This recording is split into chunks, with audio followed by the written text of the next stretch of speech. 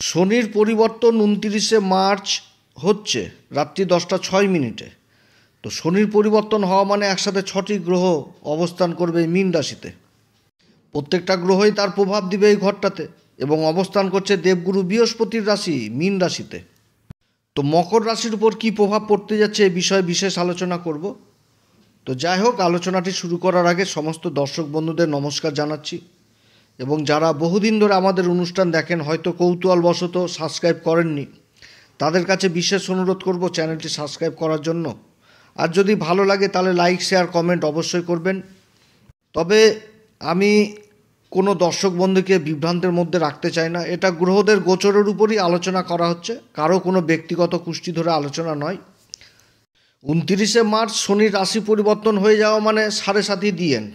মকর রাশির জীবন থেকে 7.5 সরে গেল। এবার শনি তো পরিবর্তন করে চলে আসবে এই মীন রাশিতে।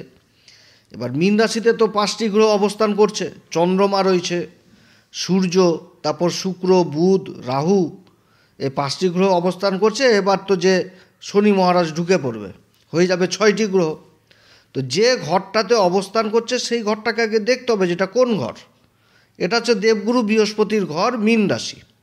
তাহলে সবার প্রথম দেখতে হবে যে এই 6টি গ্রহের সাথে দেবগুরু বৃহস্পতির সম্পর্কটা কী রয়েছে। যদি মিত্রতা না হয়ে শত্রুতা হয় তাহলে তো হয়ে গেল, মকর রাশির 12টা বাজাবে।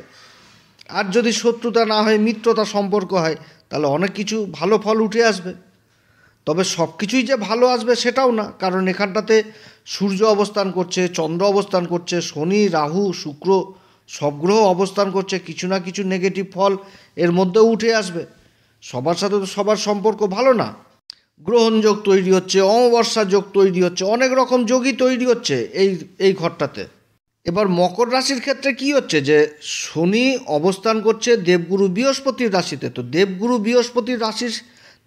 বৃহস্পতির সাথে শনির সম্পর্ক হচ্ছে সম, এবং গোচরে আবার যে সম্পর্কটা উঠে আসছে এটাতেও তো একটা ভালো তৎকালীন মিত্রতা সম্পর্ক উঠে চলে আসলো। সূর্যদেব অষ্টমপতি হয়ে এই ঘরে অবস্থান করছে, তো সূর্যের সাথে দেবগুরুর সম্পর্ক পরম মিত্রতা। শুক্র অবস্থান করছে, তো শুক্র দেবগুরু বৃহস্পতির রাশিতে অবস্থান করছে, আবার দেবগুরু বৃহস্পতি শুক্রের রাশিতে অবস্থান করছে, রাশি পরিবর্তন যোগ হয়ে গেল মিত্রতা সম্পর্ক। তারপরে বুধের আবার এই ঘরেই নিজভঙ্গ রাজযোগ তৈরি হচ্ছে, এবং দেবগুরু বৃহস্পতির দৃষ্টি আবার ওই বুধের রাশি ভাগ্যের ঘর কন্যা রাশিতে যে পড়ছে। এবার রাহু অবস্থান করছে। রাহু হচ্ছে কি ছায়াগ্রহ। তাহলে ছায়াগ্রহ যখনই এই ঘরে অবস্থান করছে তাহলে এই ঘরের অধিপতিকে প্রথমে প্রভাবিত করবে, এবং এই ঘরে যে সমস্ত গ্রহ অবস্থান করবে সেই সমস্ত গ্রহকে প্রভাবিত করবে। এবং রাহুকে বলা হয় শনিবদ রাহু, শনির সমান ফল দেয়, এবং শনিও অবস্থান করছে এই ঘরে। তার মধ্যে এই রাহু আবার থাকছে দেবগুরু বৃহস্পতির নক্ষত্রে, আবার শনিও থাকছে দেবগুরু বৃহস্পতির নক্ষত্রে 28 এপ্রিল পর্যন্ত। আবার চন্দ্রমা অবস্থান করছে মীন রাশিতে, আবার দেবগুরু বৃহস্পতি চন্দ্রমার নক্ষত্র রোহিণীতেই মার্গী অবস্থায় রয়েছে। অর্থাৎ যে জিনিসটা চিন্তা করা হচ্ছিল যে এতগুলো গ্রহের অবস্থান, এটাতে মকর রাশির হয়তো 12টা বাজবে, কিন্তু সেটা হবে না। তবে এটাও ঠিক, কিছু কিছু দিকে সাবধানে থাকতে হবে, কারণ সমস্ত গ্রহই কিন্তু ফল দিবে। তারপর আবার চন্দ্রমাও বেরিয়ে যাবে, তারপর 13 তারিখে আবার সূর্যও বেড়ে যাবে। তখন পড়ে থাকবে শুধু হচ্ছে এই 4টি গ্রহ, শুক্র, বুধ, তারপর হচ্ছে শনি এবং রাহু। 13 তারিখের পর থেকে যে সংযোগটা তৈরি হচ্ছে মকর রাশির ক্ষেত্রে, আমার তো মনে হয় না যে আর কয়েক যুগের পর বোধহয় কবে আর এরকম একটা জিনিস আসবে। এটা মানে একটা দুর্লভ সংযোগ হয়ে যাচ্ছে এই মকর রাশির ক্ষেত্রে। তবে সাবধানের মান নাই, এই কয়েকদিন অবশ্যই এই মকর রাশিকে সাবধানে থাকতে হবে। এই সময়কালে ভাগ্যের ঘর সম্পূর্ণভাবে অ্যাক্টিভ হয়ে যাচ্ছে। যত গ্রহের রয়েছে সব গ্রহের প্রভাব পড়বে এই ভাগ্যের ঘর, নবম ঘর। অর্থাৎ নবগ্রহের আশীর্বাদ এই সময় পেতে যাচ্ছে এই মকর রাশি। সব থেকে দুর্লভ মানে এই মকর রাশির ক্ষেত্রে হতে যাচ্ছে। এবং তার মধ্যে আবার কি, যে দেবগুরু বৃহস্পতি দৃষ্টি পাচ্ছে। দেবগুরু বৃহস্পতির পঞ্চম ঘর হচ্ছে কি জ্ঞানের ঘর, শিক্ষার ঘর। তো জ্ঞানের আলোতে আলোকিত হচ্ছে এই মকর রাশি। মকর রাশির উপর দেবগুরু বৃহস্পতির নবম দৃষ্টি থাকছে। এর থেকে আর কি পাওয়ার রয়েছে এই মুহূর্তে। ওই যত অমাবস্যা আর যত গ্রহণ সব অন্ধকার কেটে যাবে এই দেবগুরু বৃহস্পতির এই অবস্থানে, এই রাশির উপর দৃষ্টি পড়ার দরুন। তবে সাবধানে অবশ্যই থাকতে হবে। তৃতীয় ঘরটা কিসের ঘর? তৃতীয় ঘর হচ্ছে আমাদের ছোট ভাই বোনদের ঘর। শনি এখানটাতে অবস্থান করবে। শনি হচ্ছে ধনসম্পত্তির ঘরের অধিপতি হয়ে অবস্থান করবে। সূর্য অবস্থান করছে অষ্টমপতি হয়ে তৃতীয় ঘরে। অষ্টম ঘরটা কিসের ঘর? আনএক্সপেক্টেড মানি, যেটা কল্পনা করা হয়নি এরকম অর্থ। বুধ হচ্ছে কি ষষ্ঠ ঘর এবং নবম ঘরের অধিপতি তৃতীয় ঘরে অবস্থান করছে, অর্থাৎ ভাগ্যের ঘরের অধিপতি তৃতীয় ঘরে অবস্থান করছে, যোগাযোগের ঘরে। ষষ্ঠ ঘর হচ্ছে কি ঋণের ঘর, তাহলে ঋণের অধিপতি তৃতীয় ঘরে অবস্থান করছে। আবার শুক্র কি? শুক্র হচ্ছে পঞ্চম ঘরের অধিপতি এবং কর্মের ঘরের অধিপতি তৃতীয় ঘরে অবস্থান করছে এবং নবম ঘরে দৃষ্টি যাচ্ছে সমস্ত গ্রহের। নবম ঘর থেকে আমরা কি দেখি? ঈশ্বরীয় শক্তি দেখি, আধ্যাত্মিক জিনিসটাকে দেখি, পিতার সাথে সম্পর্ক, পিতা সম্পর্কিত যে কোনো জিনিস আমরা নবম ঘর থেকে দেখি। নবম ঘর থেকে আমরা দূরযাত্রার জিনিসটাকে দেখি। এবার শনি হচ্ছে রাশির অধিপতি, এই তৃতীয় ঘরে অবস্থান করবে। আর এই তৃতীয় ঘর থেকে আমরা কাগজপত্র, ডকুমেন্টেন্সি, চুক্তি এরকম জিনিসটাকে দেখি। অর্থাৎ মকর রাশির ক্ষেত্রে এমন কোনো একটা ডকুমেন্টেন্সি বা এমন কোনো একটা চুক্তি এই মুহূর্তে হতে যাচ্ছে যেটা মকর রাশির পক্ষে থাকবে, যেটা হয়তো মকর রাশি বহুদিনের স্বপ্ন ছিল। এই ঘর হচ্ছে ভাই বোনদের ঘর, অর্থাৎ এমন কোনো একটা ডকুমেন্টেন্সি নিজেদের মধ্যে হতে যাচ্ছে, কোনো সম্পত্তি নিয়ে হোক, এরকম কিছু একটা হতে যাচ্ছে। এবং এই ঘরে কর্মক্ষেত্রে নিজের কর্মকে কোনো একটা চুক্তি, কর্মক্ষেত্রে চুক্তি হয়ে গেল, নিজের ব্যবসা ক্ষেত্রে একটা কোনো ডিল ফাইনাল হয়ে গেল, কোনো আনএক্সপেক্টেড মানি, কোনো বিমা সংক্রান্ত জিনিস, কোনো ইন্স্যুরেন্সজনিত মানে ক্লেম, কোনো সরকারি খাজানা যেটা ডকুমেন্টেন্সের জন্য কোনো অভাব ছিল, এইরকম যোগাযোগ এই সময় হয়ে গেল মকর রাশির ক্ষেত্রে। তবে আবার এই ঘর থেকে পরিবর্তন জিনিসটাও দেখাচ্ছে, অর্থাৎ কর্মক্ষেত্রে কিছু না কিছু পরিবর্তন এই সময় মকর রাশির হবে। যারা বিদেশে যাওয়ার চেষ্টা করছেন, বিদেশজনিত কোনো কাজ হয়ে গেল, বিদেশে যাওয়ার জন্য কোনো রকম সমস্যা ছিল কাগজপত্রে, সেই কাগজপত্রগুলো তৈরি হয়ে গেল। এরকম জিনিসগুলো হতে যাচ্ছে। আবার কোন দিকে সাবধান? সূর্য আর শনি একসাথে থাকছে, সূর্য আর রাহু একসাথে থাকছে, সূর্য আর শুক্র একসাথে থাকছে। শনি যেরকম রাশির অধিপতি সেরকম দ্বিতীয় ঘর, দ্বিতীয় ঘর হচ্ছে কি আমাদের মুখের বাণীর ঘর, তৃতীয় ঘরে অবস্থান করছে। অর্থাৎ এই সময়কালে ছোটো ভাই বোনদের সাথে অশান্তি, গণ্ডগোল এরকমও পরিবেশ হতে পারে। এবং এই ঘরে আবার শুক্র অবস্থান করছে, বুধ অবস্থান করছে, প্রতিভাজনিত কোনো রকম সমস্যা হতে পারে। এই ঘর হচ্ছে যোগাযোগের ঘর, সামাজিক পরিচিতির ঘর, মিডিয়ার ঘর, এইগুলো উঠে আসছে। তাহলে এদিক থেকে যথেষ্ট সাবধানে থাকতে হবে মকর রাশিকে। সামাজিক পরিচিতির উপর কোনো একটা কলঙ্কের দাগ পড়ে যেতে পারে, কারণ রাহু এখানটাতে অবস্থান করছে, শুক্র অবস্থান করছে, সূর্য অবস্থান করছে, শনি অবস্থান করছে। সূর্য থেকে ইগো জিনিসটা চলে আসতে পারে সূর্য আর শনির এই বিপরীত পরিস্থিতিতে। সূর্য রাহুর জুতিতে ক্রোধ জিনিসটা চলে আসতে পারে, মনের মধ্যে অশান্তি, গণ্ডগোল পরিবেশ তৈরি হতে পারে ভাই বোনদের মধ্যে। শুক্র থেকে সুখ নষ্ট হচ্ছে, শুক্র থেকে প্রতিভা জিনিসটাকে দেখা হচ্ছে, সৌন্দর্য জিনিসটাকে দেখা হচ্ছে।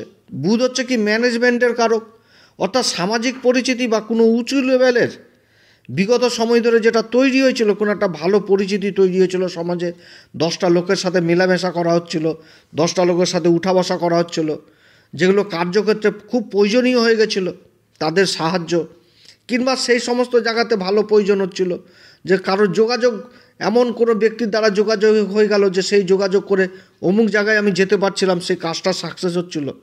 তো এদিক থেকে কিন্তু সাবধান, একটা কলঙ্কজনিত কাজ হয়ে গেল, একটা কলঙ্কের ছাপ পড়ে গেল, এরকম হওয়ার সম্ভাবনা থাকছে।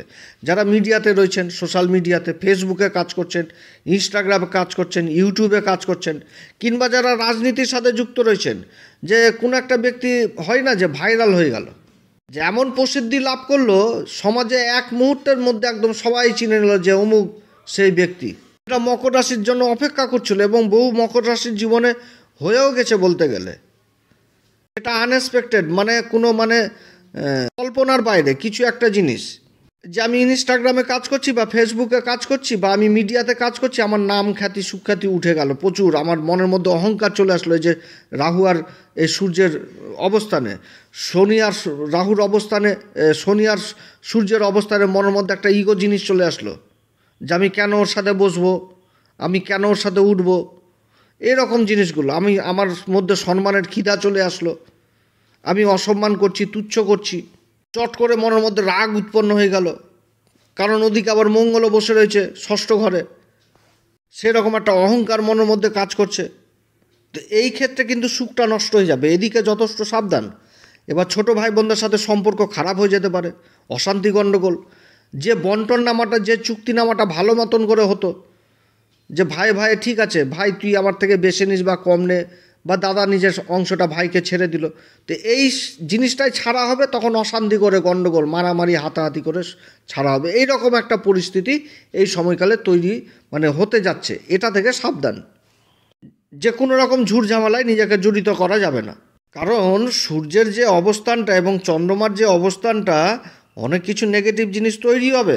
কারণ কি, যে রাহু আর কেতুর যে অবস্থানটা, এটাও কিন্তু দেখতে হবে যে রাহু যে অবস্থানে রয়েছে আর কেতু যে অবস্থানে রয়েছে, এখানে তো একটা কালসর্পযোগের মতন একটা প্রভাব তৈরি হবে। কিন্তু আমি এটাকে কালসর্পযোগ বলবো না, কালসর্পযোগের নিয়মে পড়ে না। কালসর্পযোগ হচ্ছে যে রাহু আর কেতুর মাঝখানে সমস্ত গ্রহকে অবস্থান করতে হবে, তারপরেই কিন্তু কালসর্পযোগ তৈরি হবে। কিন্তু যে পরিস্থিতিটা তৈরি হচ্ছে, যে রাহু আর কেতু ওই দড়ি যদি ধরে, তাহলে কিন্তু রাহু আর কেতুই লাস্ট হয়ে যাচ্ছে, এন্ডিং লাইন রাহু আর কেতু। তবে আগামী দিনে কালসর্পযোগ তৈরি হচ্ছে, এটাও ঠিক। এই যখন রাহু আর কেতু রাশি পরিবর্তন করবে, তখন কিন্তু কালসর্পযোগ তৈরি হচ্ছে। এবং এর আগের ভিডিওতে আমি বলেছিলাম, যখন রাহু আর কেতু রাশি পরিবর্তন করবে, তখন রাহুর অবস্থান কিন্তু মকর রাশির জন্য যথেষ্ট ভালো, কিন্তু কেতুর যে অবস্থানটা হতে যাচ্ছে, কেতু যে এই যে সূর্যের নক্ষত্রে যে কয়েকদিন থাকবে, এই কয়েকদিন কিন্তু জ্বালাতন করবে। আবার তারপরে চলে আসবে হচ্ছে শুক্রের নক্ষত্র। এই শুক্রের নক্ষত্র পূর্বা ফাল্গুনিতে ঢুকবে কিন্তু এই সিংহ রাশিতে, তখন কিন্তু কিছুটা হলেও, যাই হোক সে সময় আলোচনা করব, বহু সময় রয়েছে, কোন দিকে সাবধানে থাকতে হবে, কোন দিক থেকে ভালো আবার হবে, সবই যে খারাপ হবে সেটাও তো না, সেই সময় আলোচনা করা হবে। কিন্তু এরকম একটা সম্ভাবনা থাকছে যে একটা কালসর্প যোগ, একটা ইফেক্ট, কিন্তু সেই ইফেক্টটা বর্তমানে যে পরিস্থিতিটা তৈরি হয়েছে, এই পরিস্থিতিটাতে মকর রাশিকে সাপোর্ট করবে। কিন্তু যেদিক থেকে খারাপ জিনিসগুলো, সেই দিক থেকে আবার সাবধানে থাকতে হবে মকর রাশিকে। অর্থাৎ যে নেগেটিভ জিনিসগুলোকে উল্লেখ করলাম, যোগাযোগের ক্ষেত্রে, ছোট ভাই বোনদের ক্ষেত্রে এবং কোনো সামাজিক পরিচিতির ক্ষেত্রে, এই সমস্ত দিকে যথেষ্ট খেয়াল রাখতে হবে। কারণ শনি যেহেতু বাণীর ঘরের অধিপতি, এবার বাণীর ঘরের অধিপতি যোগাযোগের ঘরে অবস্থান করছে, অহেতুক কোনো কথাবার্তা বলা যাবে না, যেটা তো অসুবিধা হয়। এই সময়কালে প্রশাসনের দিক থেকে যথেষ্ট দূরে থাকতে হবে, কোনো রকম ঝুটঝামেলায় জড়িত হওয়া যাবে না। আবার ভালো ভালো কাজও হবে, কারণ দেবগুরু বৃহস্পতি অবস্থান করছে পঞ্চম ঘরে, তার দৃষ্টি পড়ছে ভাগ্যের ঘরে, লাভের ঘরে, তারপরে আবার রাশির উপর দৃষ্টি পড়ছে। এটা তো সবথেকে প্লাস পয়েন্ট মকর রাশির ক্ষেত্রে। কার্যক্ষেত্রে এই সময় পরিবর্তন জিনিসটাও উঠে আসছে, সেটাও কিন্তু মকর রাশির পক্ষে থাকবে। যোগাযোগের ঘরে অবস্থান করছে, ঋণের ঘরের অধিপতি, ঋণজনিত সমস্যাও যদি থাকে সেটাও সমস্যা দূর হবে। সূর্য থেকে প্রশাসন জিনিসটাকে দেখায়, প্রশাসনিক দিকেও যদি কোনো ঝুটঝামেলা থাকে বা ঋণের যদি কোনো অসুবিধা হয় পাওয়ার, সেদিকেও কিন্তু সমস্যা দূর হবে। মিডিয়া সেক্টরেও যথেষ্ট উন্নতির সম্ভাবনা থাকছে, কোনো বড় চুক্তি হওয়ারও সম্ভাবনা থাকছে। সেরকম আবার ব্যবসা ক্ষেত্রেও বড় চুক্তি হওয়ার সম্ভাবনা থাকছে। কিন্তু যে নেগেটিভ জিনিসগুলো, সেগুলো ভুললে চলবে না, এদিকে কিন্তু যথেষ্ট সাবধান। এরকম ভালো জিনিসগুলোও তুলে ধরলাম, সেরকম নেগেটিভ জিনিসগুলোও তুলে ধরলাম। নেগেটিভ জিনিসগুলো তো জেনে নিলাম যে আগামী দিনে এই দিক থেকে সমস্যা আসতে পারে, অতএব এদিক থেকে যথেষ্ট দূরে থাকতে হবে। আমি তো বলেই দিলাম যে ভাইরাল হওয়ার একটা ভালো পরিস্থিতি থাকছে, যারা ইউটিউবার কিংবা যারা ফেসবুকে কাজ করছে, ইনস্টাগ্রামে কাজ করছে। হ্যাঁ, তা আমি ভাইরাল হয়ে গেলাম, আমার মনের মধ্যে অহংকার জন্মে গেল, আমি যাকে ইচ্ছা তাই বলে দিলাম, তাহলে তো 2 মিনিটও টাইম লাগবে না নেগেটিভ প্রভাব দিতে। একদম যেরকমভাবে উপরে উঠবে, ধরাস করে আবার নিচে নেমে যাবে, এরকম পরিস্থিতি তৈরি হবে এই সময়ের মধ্যে। ছোট ভাই বোনদের সাথে সম্পর্ক খারাপ, কোনো বন্টননামা, কোনো ডকুমেন্টেন্সি, কোনো জমি জায়গা সম্পত্তি বিবাদ নিয়ে, তো এদিকেও যথেষ্ট সাবধান। বাণীর কারক হচ্ছে শনিদেব, তৃতীয় ঘরে অবস্থান করছে। জেনে শুনে তো আমি কারোর সাথে খারাপ ব্যবহার করতে পারবো না। যাদের সাথে আমি রোজগারের উঠা বসা করছি, যাদের কাছ থেকে সব রকম সাহায্য পাচ্ছি, তাদের সাথে তো খারাপ ব্যবহার করতে পারবো না। অতএব এদিক থেকে যথেষ্ট সাবধানে চলতে হবে মকর রাশিকে। আবার ভালো দিকটাও উঠে আসছে কিছু কিছু ক্ষেত্রে, যেরকম যারা সফটওয়্যার নিয়ে পড়াশোনা করছেন, যারা ইঞ্জিনিয়ারিং নিয়ে পড়াশোনা করছেন, মিডিয়া সেক্টরে যারা রয়েছেন, সেলসের কাজে যারা যুক্ত রয়েছেন, আধ্যাত্মিকতার সাথে যারা যুক্ত রয়েছেন, যথেষ্ট তাদের জন্য ভালো সময়। তবে সাবধানতা তো অবশ্যই মেনে চলতে হবে যে আপনি জেনে গেলেন আগামী সামনের দিকে রাস্তায় কিছুটা গর্ত রয়েছে, কোনো ড্রাইভার আপনাকে বলে দিল, তা আপনাকে তো গাড়িটা ধীরে ধীরেই নিয়ে যাওয়া লাগবে। আপনি তো এই গর্তের মধ্যে উড়ে যেতে পারবেন না, তাহলে তো নিজের ক্ষতি। এই সময়কালে কোনো রকম প্রশাসনের কোনো ব্যক্তির সাথে ঝুটঝামেলায় জড়িত হওয়া যাবে না। পিতার সাথে সম্পর্ক সবসময় ভালো রাখতে হবে, পিতা মাতা উভয়ের সাথে। পিতা মাতার আশীর্বাদ নিয়ে চলতে হবে, কারণ অমাবস্যা যোগ, গ্রহণযোগ সমস্ত কিছু তৈরি হচ্ছে এই দিনে। অবশ্যই এই গ্রহণযোগ অমাবস্যার দিনে অবশ্যই নিজেকে ধর্মের কাজে নিয়ে যাবেন, ব্রাহ্মণকে দান করবেন, ব্রাহ্মণের পা ছুঁয়ে আশীর্বাদ নেবেন। এই দিনে গঙ্গা স্নান করা যথেষ্ট ভালো হবে। রাস্তার কুকুরদের অন্ধকারে খাওয়াবেন, যথেষ্ট ভালো। পিতৃদোষের মতন দোষ কেটে যায় এই দিনে গঙ্গা স্নান করে দেবালয়ের কাজ করতে হয়। যে মন্দিরে আলোর ব্যবস্থা নেই সে মন্দিরে আলোর ব্যবস্থা করেন। যে মন্দির পরিষ্কার পরিচ্ছন্ন নয় সেই মন্দিরকে পরিষ্কার পরিচ্ছন্ন করেন। ব্রাহ্মণের পা ছুঁয়ে আশীর্বাদ নেন। অমাবস্যার দিন পিতৃদের খুশি করতে রাস্তার কুকুরদের খাওয়া দাওয়ান, অবলা জীবকে খাওয়ান, বাজে নেগেটিভ প্রভাবগুলো কাটবে। তো যাই হোক, এই সমস্ত জিনিস থেকে যথেষ্ট সাবধানে থাকতে হবে মকর রাশিকে, তাহলে যথেষ্ট ভালো। অত ঘাবড়ালে চলবে না। 7.5-এর মতন পিরিয়ড যখন 7.5 বছর কাটিয়ে দিতে পেরেছেন, তাহলে এই কটা সময়, এই 29 তারিখ থেকে 13 তারিখ পর্যন্ত সূর্যের যে জ্যোতি, এই সময়টুকু পার হয়ে গেলে তো হয়ে গেল। তারপরে তো কে পায় মকর রাশিকে, যে 4টা গ্রহ একসাথে থাকবে, পরম মিত্র যোগাযোগের ঘরে অবস্থান করছে, কি হতে পারে। অনেক কিছুই দেখবে এখন, ভালো জিনিস দেখবে, নেগেটিভ জিনিসও দেখবে, অন্যান্য গ্রহদেরও অবস্থান চেঞ্জ হবে। তো যাই হোক, অনেক কিছুই বললাম। যদি এই পরামর্শ সত্যিই আপনাদের কাছে ভালো লাগে, তাহলে নিজের ভেবে এই অ্যাস্ট্রো এসএম বাংলা চ্যানেলকে অবশ্যই সাবস্ক্রাইব করবেন, এই চ্যানেলের পাশে থাকুন। অনেক জ্যোতিষীয় তথ্য জানতে পারবেন। এরপরে অনেক ভিডিও আপলোড দিব, আপনাদের কিভাবে ভালো হয়, কিভাবে কোন পথে চললে ভালো পথে যেতে পারবেন, সব কিছুই তুলে ধরবো আস্তে আস্তে। আপনারা সবাই ভালো থাকেন। 7.5 শেষ হয়ে গেল, আর কি, এবার যত সমস্যার সমাধান আস্তে আস্তে হয়ে যাবে, ধৈর্য ধরে করতে হবে। তবে একটাই কথা বলবো, সময় ভালো, অবশ্যই কোনো ভালো লোকের পরামর্শ জীবনে নেবেন, কারণ ঝড় যখন চলে যায় তখন ভেঙে চুরে দিয়েই যায়। তো ভাঙা জিনিসগুলোকে ঠিক করতে হবে, আর্থিক দিকটা বিশেষ করে মজবুত করতে হবে। কোন পথে গেলে আর্থিক দিকটা মজবুত হবে, সেই সমস্ত জিনিস আপনাদেরকে কোনো ভালো লোকের কাছ থেকে অবশ্যই জেনে নিতে হবে। আপনারা সবাই ভালো থাকেন, এরপরে আবার আসবো। সবাই ভালো থাকেন, নমস্কার, ধন্যবাদ।